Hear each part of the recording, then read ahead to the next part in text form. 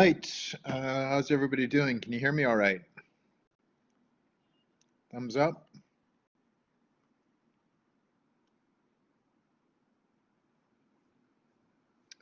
Good. All right, we're going to dive right in. We don't have a full house tonight, but we've got enough. So we're recording. Tonight, as I had mentioned before a couple weeks ago, I wanted to talk about co-management. So why should we talk about co-management? I guess that's what I want to ask you right off the bat. Why is this an important thing to look at right now?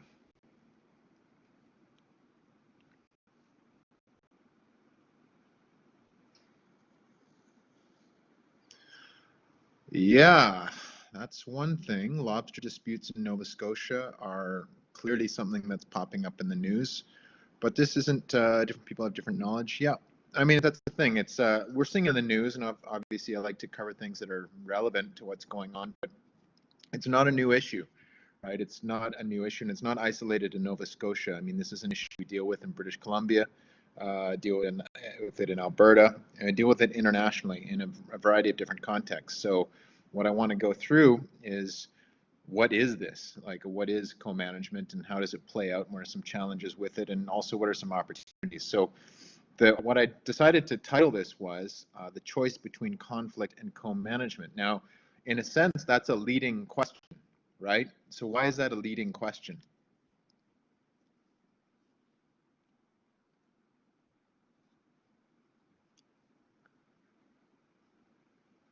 It implies something when I say that.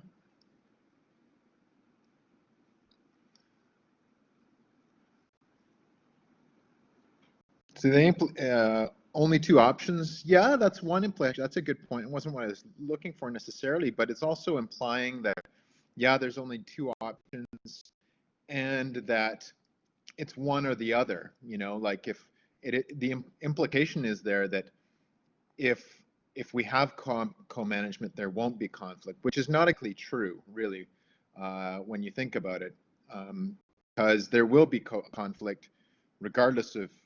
Often there will be conflict, regardless of what you do. What I'm going to hopefully convince you of, or at least plant a seed in your mind, is that this is one way that we might be able to resolve some of these issues. And there are other ways as well.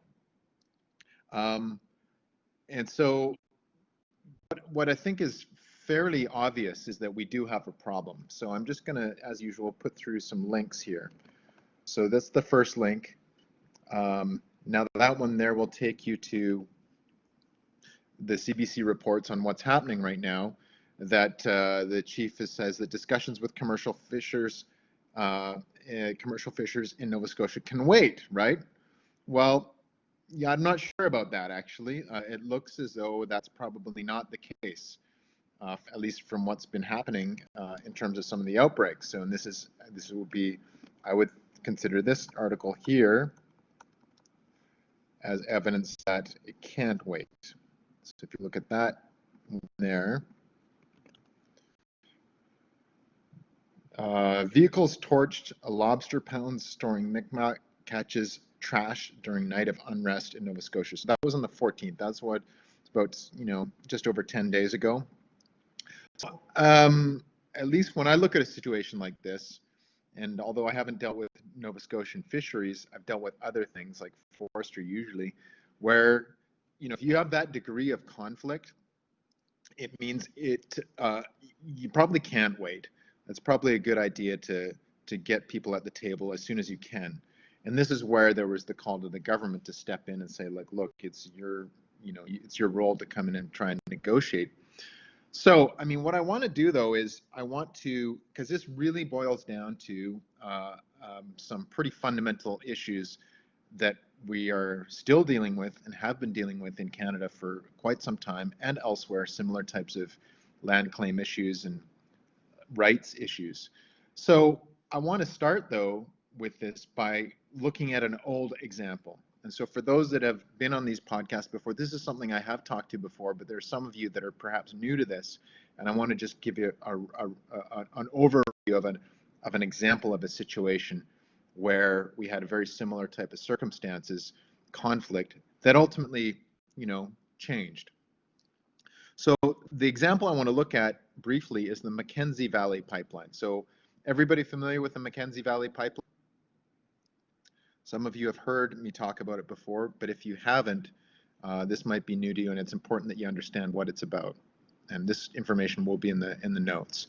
Mackenzie Valley Pipeline, yes or no? Have you heard of this?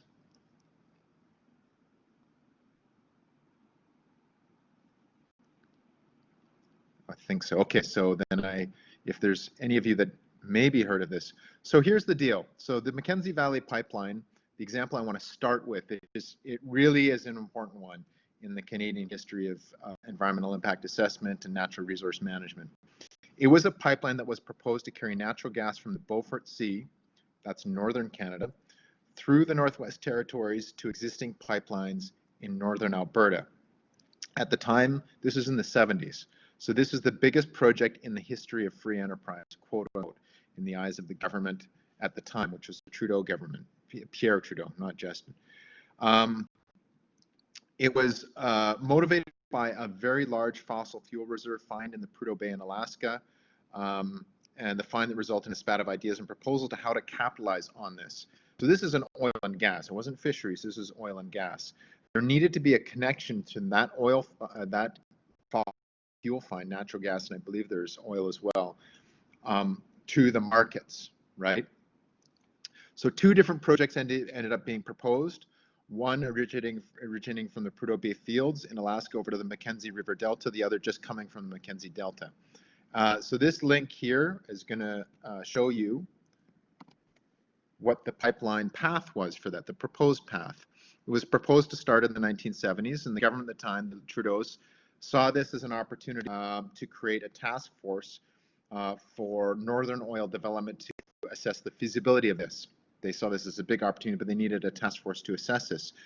So in 1970, the federal government published the Northern Pipeline Guidelines, which summarized the work of that task force and was expanded in 1972. And this was basically set the stage for frontier expansion, which is, it's typical of governments to see, how we can develop parts of the country. Several challenges were associated with this pipeline, though. There's economic implications, there's some very significant environmental implications, social impacts, because this pipeline was to go through various First Nations territories, as well as some technical challenges about building a pipeline. And keep in mind, this is in the 70s, so pipeline technology was a little older at the time, still wrestling with challenges with respect to permafrost. So it was also initiated at a time when most First Nations had unsettled land claims, and the pipeline pathline was to pass through many of these First Nations territories, and the key ones were the Dene, the Inuit, and the Métis. There were also a lot of non-Nations stakeholders that were going to be impacted. So when you have a project like this, and it's proposed where there's going to be impacts and the benefits aren't clearly, it's not clear who will benefit completely from this project, you're going to get some contention about the proposals. And that's exactly what happened in this case.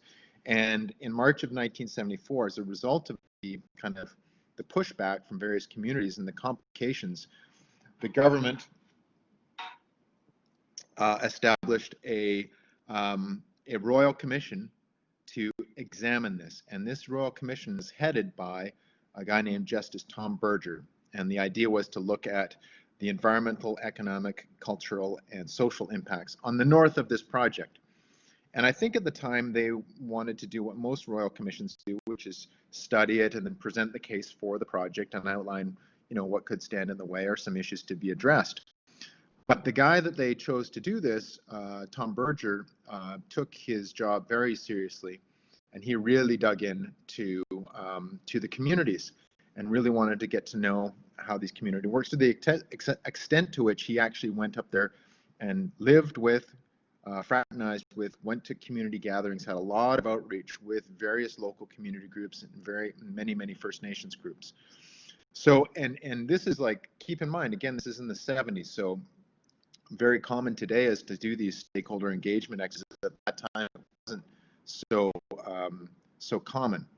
So they had many different stakeholder groups where they'd go and have kind of like an open forum, right? So they would present the project and then elicit feedback from the community about what their feelings were about potential impacts on their land. And this really opened the door to some pretty powerful testimonials. And the one that is most classic is from a gentleman by the name of Frank Seele, who's the chief of the Dene people. So this is something you need to watch, not necessarily right now, but these links will be in the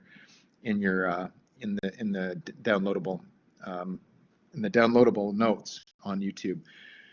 So the quote from this, and this was in the 1974, was the excerpt: "For this unborn child that my nation will stop the pipeline." Quote, "It is for the freedom of this land that I am willing to lay down my life." Basically, the Dene were dead set against this pipeline at that point in time. Another quote that you can pull from that testimonial, which is on YouTube, is, "You are like the Pentagon, Mr. Blair, planning the slaughter of innocent Vietnamese. Don't tell me you are not responsible. You are the 20th century General Custer. You are coming with your troops to slaughter us and steal land that is rightfully ours. You are coming to destroy a people that have history of 30,000 years. Why? For 20 years of gas? Are you really that insane?" End quote. So, I mean, clearly at that point in time, there was a lot of pushback from this project. And again, you need to think about the context at the time. Land claims were not settled. Treaty rights were not settled.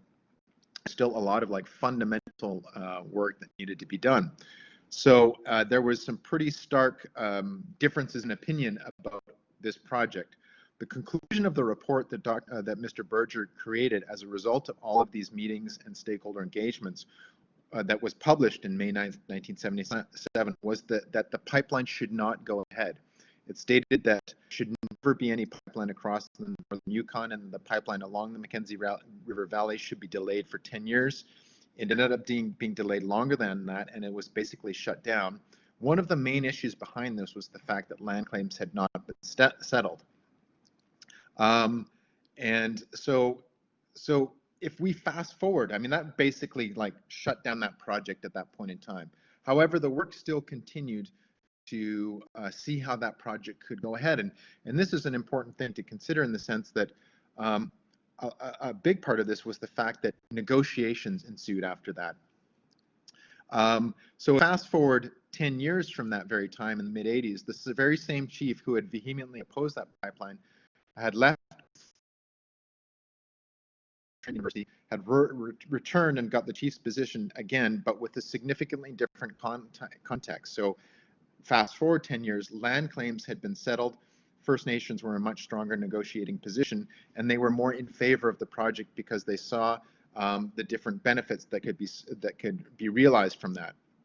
So in 2004, the negotiations picked up again with First Nations, the government, the project developers all coming to the table. Deals were put in place, and the impacted stakeholders, there remained groups that opposed it, but the federal government pledged $500 million over 10 years to address First Nations socioeconomic concerns. So Dene Land settled the claims and were entitled to 1/3 of the prize and formed what's known as the Aboriginal Pipeline Group. There was still a group that didn't sign on, but people were brought to the table because there was I won't say co-management at that point in time, but there was a deal put in place that addressed the concerns of the various key stakeholders, and equity was allocated properly, or at least to the satisfaction of the groups.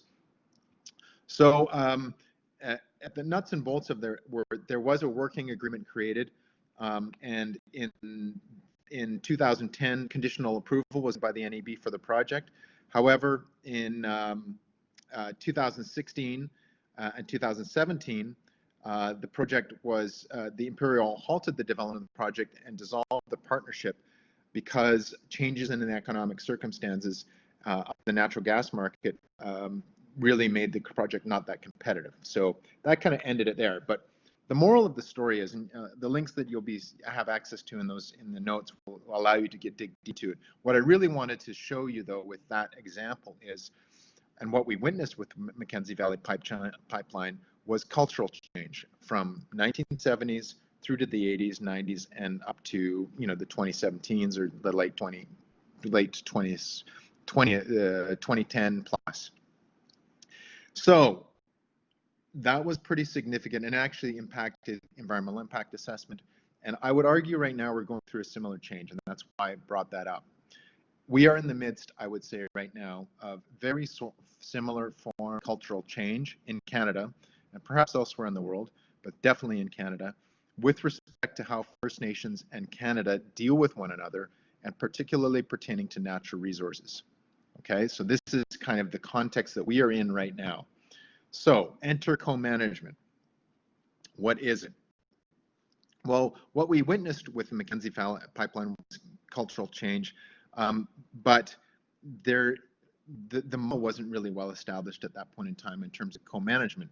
So I'm going to put forth to you some examples of what co-management is. So here's a definition. Okay. So if you go to that link there, you'll see how they've defined it. So that's in terms of fisheries. So often in the literature, you're going to see co-management defined in terms of fisheries or so forth. And technically, the definition of it is joint management and joint and shared power and responsibility with management of a resource. It doesn't have to be fisheries. It doesn't have to be forests. It can be a variety of different things. Fisheries co-management is flexible and cooperative management of the aquatic resources by the user groups and the government. So it's typically sharing of power with user groups by the government that is in power in that land body or that natural resource jurisdiction. So that's how it's defined for fisheries, but it has a lot of different other definitions. So there's a link to an article by, and you'll see a lot, and I've mentioned it before, Fikret Berkes has written a lot in this area. So this is Carlson and Berkes' article on co-management. This is kind of a classic one, 2005. And they just define it as the joint management of the commons, often formulated in terms of some sort of arrangement of power sharing between the state and a community of resource users. There's often multiple interests in government agencies. So for instance, it could be provincial, federal, municipal, and then other different, other different agencies within whatever level of government you're dealing with. And it can be defined as its co-management can hardly be understood as the interaction of a unitary state and a homogeneous community. So this is a good article for that, because what it talks about is that it's not like government and non-government. There is usually a heterogeneous mix of different stakeholder groups that are involved in the process of a co-management function. In some cases, it can be one First Nations group. In other cases, it can be First Nations group, government, and maybe some NGOs or specific user groups. So in the case of the lobster fishery, we'd obviously be dealing with specific user groups such as commercial fishermen, fisher people, First Nations, and then perhaps other local groups and government. Okay, so that's a really good resource for that. Here is a great article. It's from 2007 or 8, I believe, but this is the First Nations definition. This is from the Assembly of First Nations, and what they've done with this guide, which I think is great, is a great resource, is come up with, present different definitions. So the first there is from an article by John Kearney and others, and Fikret Berkes is on that. That's from Coastal Management, and the definition that they use for that is community-based management, and it involves the people living closest to the resource in the design, implementation, and monitoring of management measures. That's how they define community-based management as a type of co-management. Another definition that they use, so I'll put this through actually that reference there, so you have it. Again, this is all in the downloadable PDF. Another one is from the perspective of community-based coastal resource management, and their definition is the sharing of responsibility and authority between the government and the community of local fishers to manage a fishery. Now that, to me, is a little more appropriate definition to be applied in a place like in Nova Scotia right now. So that's another good definition, a good working definition. And the third and last one is co-management. Is co-management. This relationship involves a change from a system of centralized authority and top-down decisions to a system which integrates local and state-level management in arrangements of shared authority or at least shared decision-making. This, to me, is the most comprehensive definition of co-management that makes the most sense in terms of what we see right now, for instance, in the problem in Nova Scotia. So there's that link there. There's the article, and then their definition. So clearly, and that's coming from the Assembly of First Nations. That's PDF you can have access to from that link here, this one here. So even within what you would think would be a fairly clear-cut, definitive definition of co-management from one body, which is the Assembly of First Nations, there's a lot of different interpretations of what that means. So what this tells me, and I think what it should tell you as well if you have to work on something like this, is that the definition of co-management will change based on the situation. Okay, so this is another really, I think, a good article that I picked up from a legal company, a law firm. I think they're in British Columbia. And I'll send this link here. This is a blog post that they've done. And this is a quote from their blog post, which says, an example of this type of arrangement, this is their definition of co-management, an example of this type of arrangement is the co-management agreement between the Haida Nation and the Government of Canada over the Guayhanas National Park Reserve. The reserve is governed by the Archipelago Management Board of the AMB, which is made up of an equal number of members representing the Government of Canada and the Haida Nation. The AMB makes decisions by way of consensus. Neither party can manage or develop the park without the consent of the other. If disagreement arises between the members of the AMB, the decision will be referred to the Council of the Nation and the Government of Canada to attempt to negotiate and reach an agreement. However, the board must reach agreement before it can proceed with any action. So really in this definition, and if you look at this whole article, the article that they've written is about the changes that have occurred in the last 3 years in environmental assessment in Canada, which have been significant, as some of you have seen, in 415. There has been a much greater emphasis on the involvement of First Nations in environmental impact assessment and stakeholder engagement and involvement of First Nations in the process.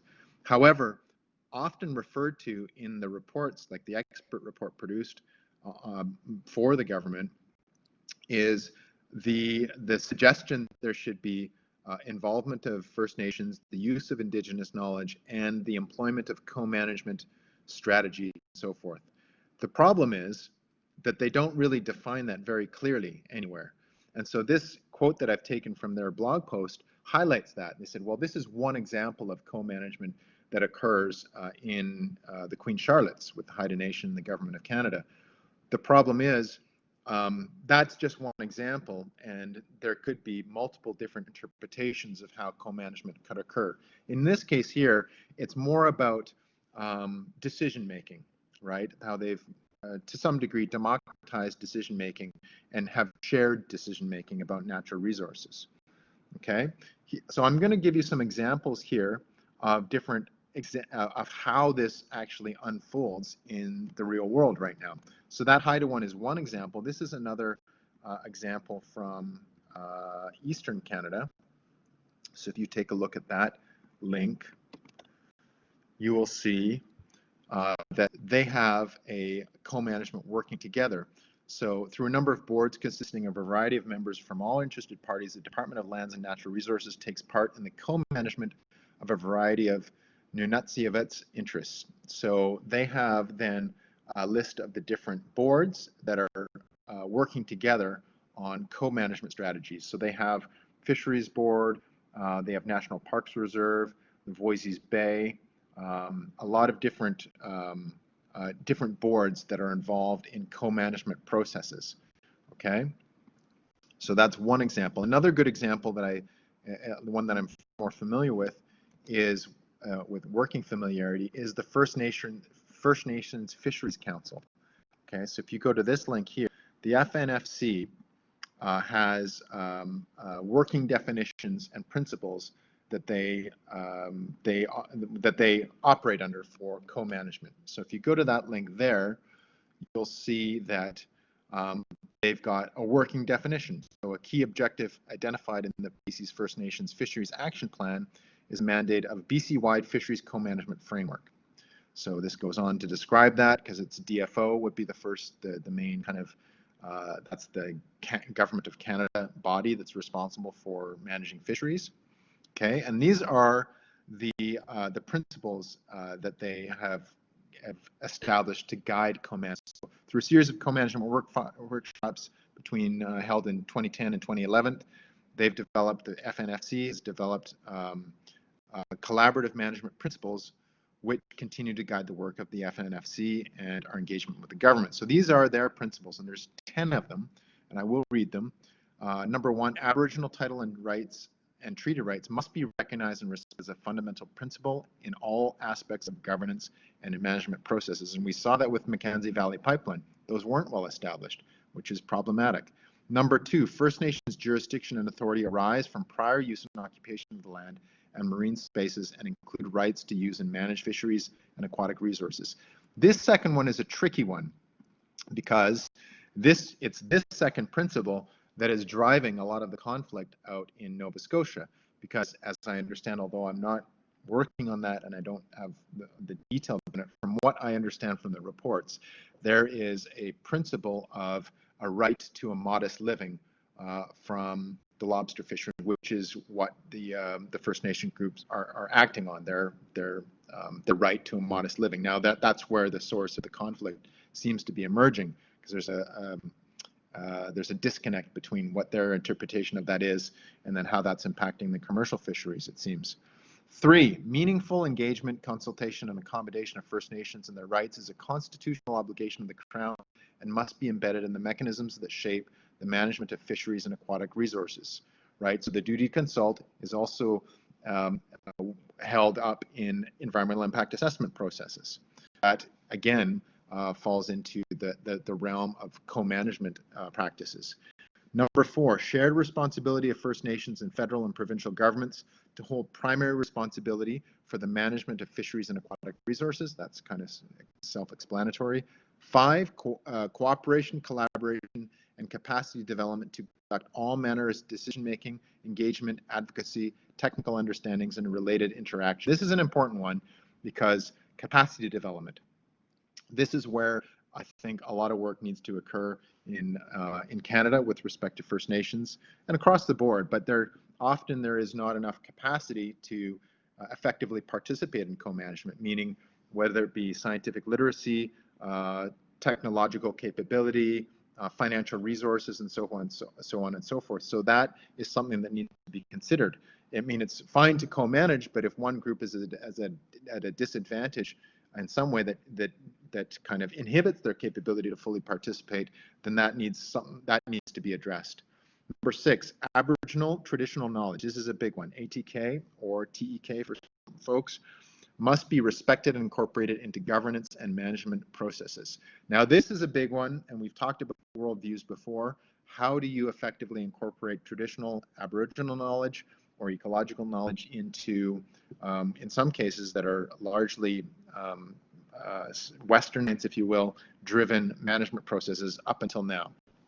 That remains to be a challenge, but it's an area that a lot of folks are working on, including myself, and I believe we're making some good progress. Number seven, conservation and stewardship of fisheries and aquatic resources, their habitats and ecosystems must be a resource management priority. That goes without saying. I think that's a good one. Eight, trust and relationship building to create strong and enduring relationships. We have a breakdown in trust in Nova Scotia right now, and relationships, and that needs to be addressed. 9, transparency and accountability in decision-making equals decision-making processes. Okay. Now, this is a tricky one, because a big part of this is, what is the status of the resource itself? And that, to me, is not clear for the lobster fishery. And to manage, as many of you are probably familiar with, the tragedy of the commons requires that there be clear communication about the shared common resource. If we don't know the status of the common resource, whether it be a lobster fishery, whether it be cod, whether it be clean air amongst a community, then it's difficult to have a good idea as to how that resource is being degraded by one group or the other. So I think transparency and accountability, you need to have data, you need to have evidence in order to support those processes. And lastly, 10, communication must be accessible, relevant, and timely. Now, this is a big one. In some cases, communication is inhibited because in the past it has been because of language. It's also accessibility, right? And this is why there has been the provision for resources, financial resources for First Nations group to participate in environmental impact assessments in the past and now today. But even in the previous legislation, the 2010 legislation, they had that in place. And, you know, if you can't get to a stakeholder workshop, it's hard for you to participate. Okay. So, I mean, those are some really good working principles. I will copy those and put those through, but again, those are going to be available on that website, which I've sent through, so in the PDF available for download. Okay, so those are some principles I think are very, very well thought out. And so case studies. So how does this work then? Like, what are some things if you have to work on this stuff? What do we look to, right? And I always like to look at case studies when I have to work on anything, and they're the best thing to learn from, in my opinion. So the first question is this idea of co-management only limited to fisheries? No, it's not.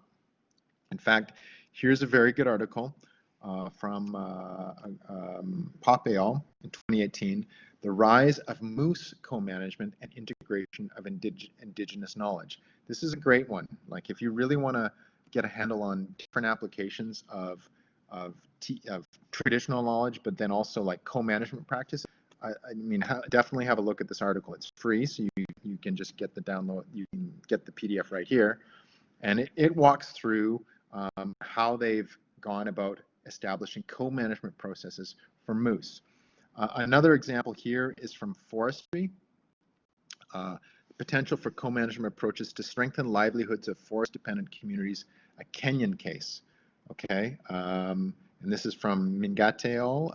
So this one is from Science. So some of you may need to be at the university to get access to this, but that's that article there. Now, I chose this one because I think it's quite interesting because it gets at livelihoods, which is something that, you know, I mean, it's not as critical, and often it's not as critical in North America, because, I mean, it is in many cases, but not always. But if you look at certain aspects of the developing world where a lot of the work that I've been doing has taken place over the last 10 years, it's a matter of life and death, right? Like, if you have some sort of forest management regime, in this case, that's being implemented, and it impacts significantly how you live, right? So if you happen to be an Indigenous person living in a forest, and then comes along a new government agency or UN, for instance, and they propose a new thing, like avoided deforestation, for example. Like, this is how we're going to sustainably manage forests here, and part of that regime impacts your capability to harvest things that you normally harvest from the forest, whether it be forest products or non-timber forest products, or even things that, well, I guess you could say bushmeat would be one of the non-timber forest products for the Congo Basin. This is the area that I've dealt with. So you got to be aware of the fact that there are very significant livelihood issues in some of these problems, right? So forest dwellers or community or even industrial groups, you need to factor that in. So this article talks a lot about that from kind of a development standpoint, looking at Kenya, and also incorporating livelihoods into that, which I think is a very important consideration, especially in the developmental context. Another example where co-management plays a role is in protected areas. Okay, so here's another good example of an article. This is the title here. Protected Areas Management, a comparison of perceived outcomes associated with different co-management types. This is a great article for looking at what works where. Okay, so the article, this is written by Solekyo Shramel, and they look at this more, this is more of a research article. but if you look at that one, they looked at socio-ecological systems frameworks to look at different variations in outcomes from two different co-management arrangements. And what they found with their study was the objectives of different co-management arrangements determine variations in co-management outcomes. So if your objectives are quite a bit different, outcomes from your co-management framework could be significantly different, right? So if it's more directed to sustainable livelihoods, you might have a different outcome than you would over, say, a purely conservation-oriented objective. Secondly, the composition of actors in co-management arrangements and the degree of devolution of power and decision-making to local people influence variations in co-management outcomes. So meaning that if you have composition of actors and the way in which power is distributed in decision-making to local people, maybe greater in some cases or less in other cases, can significantly impact the outcomes of the co-management regime. And that, I think that's somewhat intuitive, but at the same time, what they do is they look at that in terms of two different example cases. So I think it's worthy of looking at that. Thirdly, governance systems including means of rules creation and enforcement influence variations in co-management outcomes. So if it's a little more consensus driven, whereas if it's a little more kind of boilerplate imposed from outside, that will influence and have influenced the outcomes from co-management regimes. And lastly, the extent to which co-management arrangements provide economic incentives and benefits to local people influence variations in perceived management outcomes. Now, this is a really important one because I've seen this personally where there weren't economic incentives for local stakeholders, right? They're involved, but there were not a lot of economic incentives for them to engage with it, and it wasn't that successful. Because, as previously mentioned, their livelihoods were profoundly impacted. So there has to be that kind of economic dimension considered in the employment or application of a co-management framework. So conflict resolution. What I led off with this whole discussion was is this a means by which we can resolve conflicts? Like, for instance, if we were to fly out to Nova Scotia right now and say, hey, everybody, let's calm down here. Let's just do co-management and everything's going to be peachy keen. Is that true or not? Well, it's hard to say, actually, and I think it would, the proof is in the pudding, as they say. But this is a good article and it's an oldie. It's a Castro and Nielsen 2001, where they talk about and explore the implications for conflict management when it comes to Indigenous people and co-management. And this is a while ago, so I think it's quite interesting to see what some of their suggestions were or their findings then and how that may be applicable now. And then lastly, when we start to look at, and those of you who are familiar with resilience thinking and kind of this kind of area of panarchy, if you will, there's this whole school of thought around co-management as a means of engaging with, understanding, and being able to manage complex systems. Now, I think that's true to some degree, but it really depends on how it's applied. Okay. Now, the example in Nova Scotia is a complex system. So you've got economic factors that need to be considered. You've got pretty strong cultural differences. You've got some disparities in terms of long-standing unresolved issues. You have different levels of government. You have just the complexity of the ecosystem as well. So there's a lot of complexity there. So I do think there's merit to this argument. And the other thing to consider is the adaptive part of this.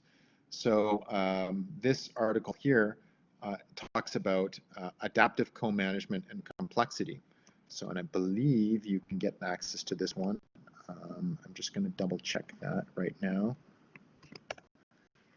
And for those who are studying, this is an interesting area that's worth taking a look. So this article is Armitage, Plummer, Burkus. So Burkus isn't on this. Just see who all they are. This is a biggie. They have a lot of different people. I recognize two of these people, Armitage and Burkus. So this is talks about adaptive co-management for social and ecological complexity. So how do we, and this is 2009, so it's relatively, it's not new, but it's in the newer realm of things. Building trust through collaboration, institutional development, and social learning enhances efforts to foster ecosystem management and resolve multi-scale society environment dilemmas. One emerging approach aimed at addressing these dilemmas is adaptive co-management. This method draws explicit attention to the learning, experiential and experimental, and collaboration, vertical and horizontal functions necessary to improve our understanding of and ability to respond to complex social and ecological systems. Here we identify and outline the core features of active co-management, which include innovative institutional arrangements and incentives, note incentives, across spatio-temporal scales and levels, learning through complexity and change, monitoring and assessment of interventions, the role of power, and opportunities to link science and policy. I mean, they hit everything there. So this is an article that I would suggest taking a look at if you're interested in this area, or at least planning to work on this stuff in the contemporary context, because they really kind of hit all of those things. And note what they've talked about there, which we've hit on previous points here. They talk about multi-scale social and ecological problems. They talk about collaboration, both vertical and horizontal, right? So amongst different stakeholder groups who are maybe perhaps at like user groups and not rule makers, because the rule makers are in a different kind of level of power. They talk about the role of power, which is something that people shy away from, but you really need to, that needs to be on the table. Like, who has more power in a given situation? How is power shared? Why is it shared? Under what terms? Et cetera, et cetera.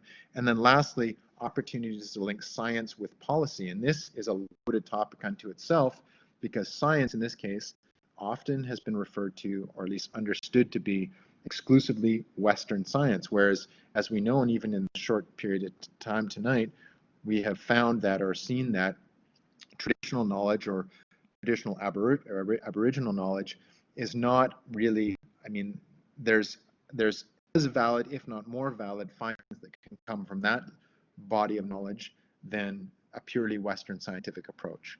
So this kind of linking of science with policy, if we're to look at it holistically, needs to incorporate traditional knowledge as well as what we understand to be Western science.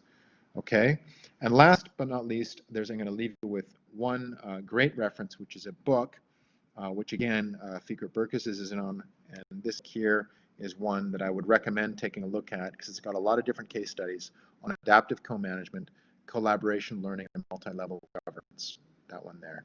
So you can Google that and find that book, and that's worth a read. Okay, so there we go. That gives you an idea of a very, very high level perspective on what a potential solution could be to some of the issues we're starting to see, seen before, but we're really kind of heating up in Nova Scotia, and we will see more of this, right? So the key takeaways here, I would say, are how do we establish functional working relationships between the stakeholder groups? How do we deal with power in this context? Who makes the rules? Who makes the decisions, and how are they made? And then what is the type of knowledge that we use in order to provide that evidence? And we always say, and the government always says, we need evidence-based decision making. Well, what is that evidence, right? What is it based on? Is it based on hearsay, or is it based on Western science? Because we need that. We need to use our scientific knowledge in order to make decisions, but we also need to incorporate traditional knowledge, which often gets at contextual issues that you just don't capture in a purely Western scientific modality. There we go. Any questions? Excuse me.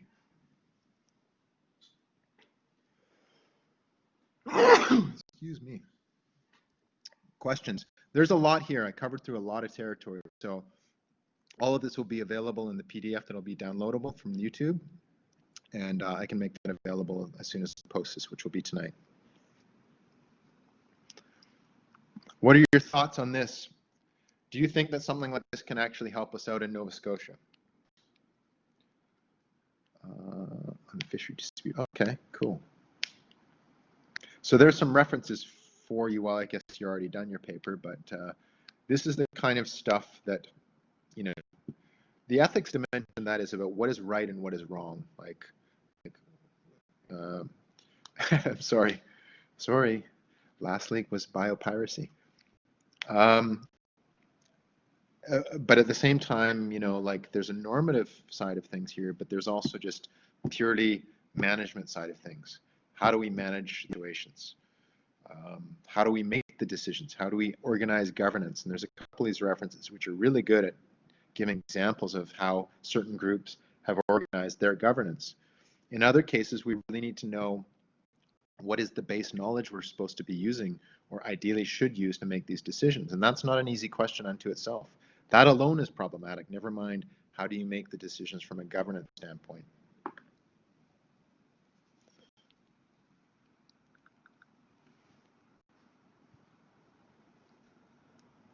Questions?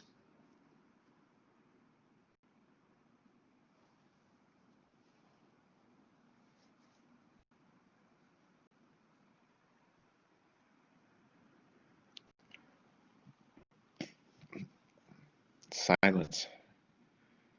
I think I bombarded you with too much information.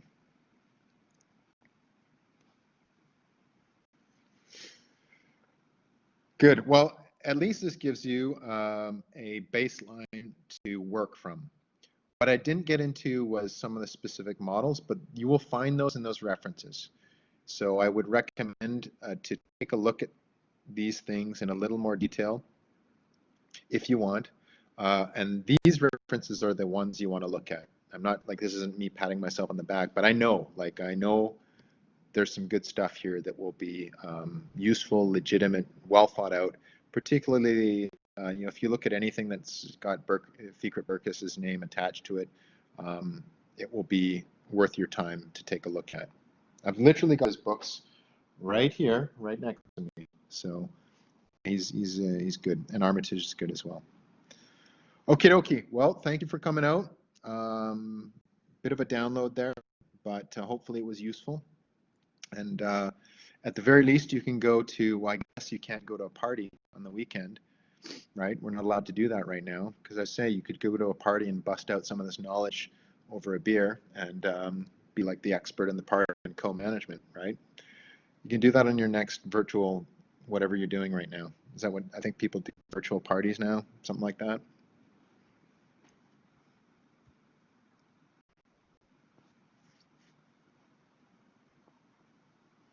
So whatever you're doing, you have a little more fuel. Trick-or-treating for the kids. There you go. When they come and knock for candy, just say, look, should we co-manage this situation? You give me candy and I'll give you candy, that kind of thing. I don't think that's going to go over too well. All right. Thanks for coming out.